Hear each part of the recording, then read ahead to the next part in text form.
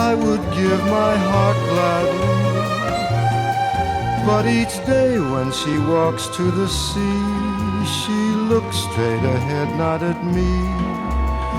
Tall and tan and young and lovely, the girl from Ipanema goes walking, and when she passes, Frank Sinatra, sometimes known as Old Blue Eyes, was an American singer of Italian-American descent and of huge success. He's mostly associated with smooth jazz vocal style, with swing music, with having many film roles, and with knowing influential people, including politicians, but allegedly also including mafioso.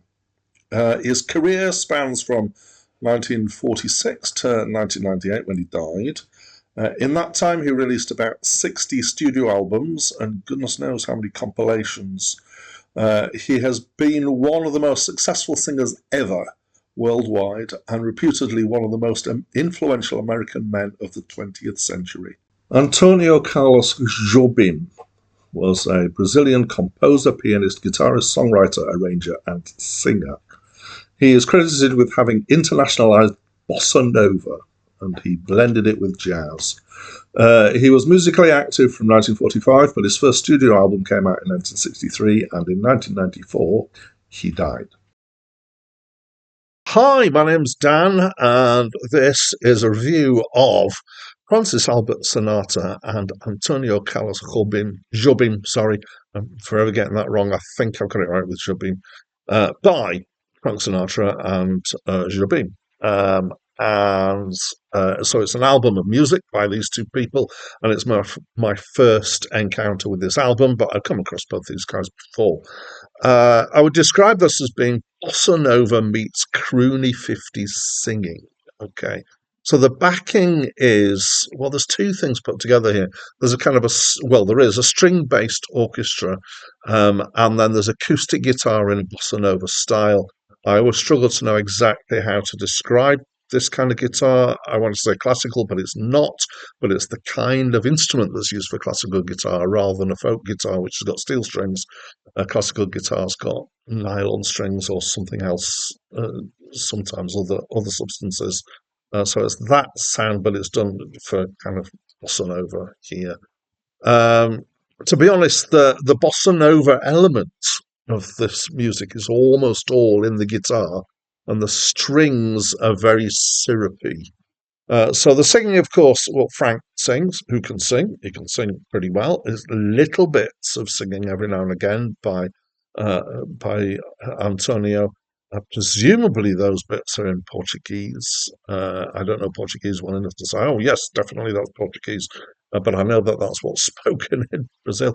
Most of the songs are at least part written by Jobim, presumably then translated from the original, but there are a sprinkling of songs that are jazz standards that are thrown in.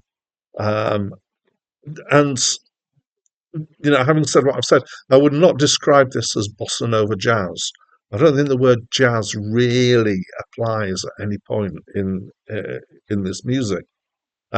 It's more kind of, don't know what the word is for this syrupy, croony stuff, but with bossa nova added to it, rather than jazz with bossa nova added to it.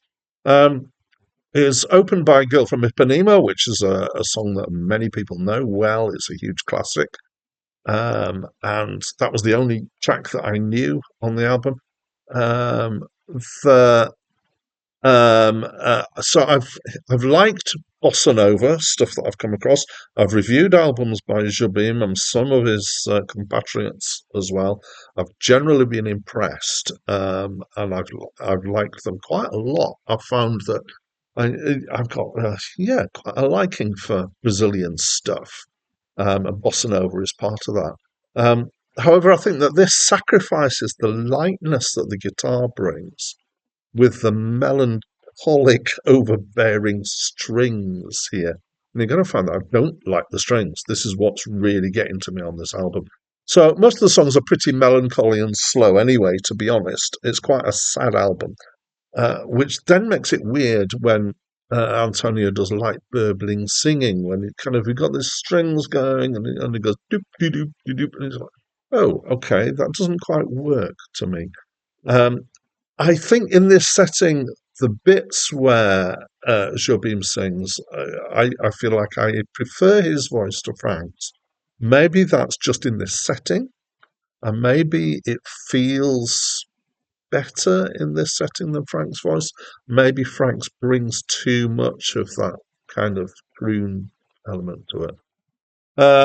So I have liked Jobim's stuff in the past.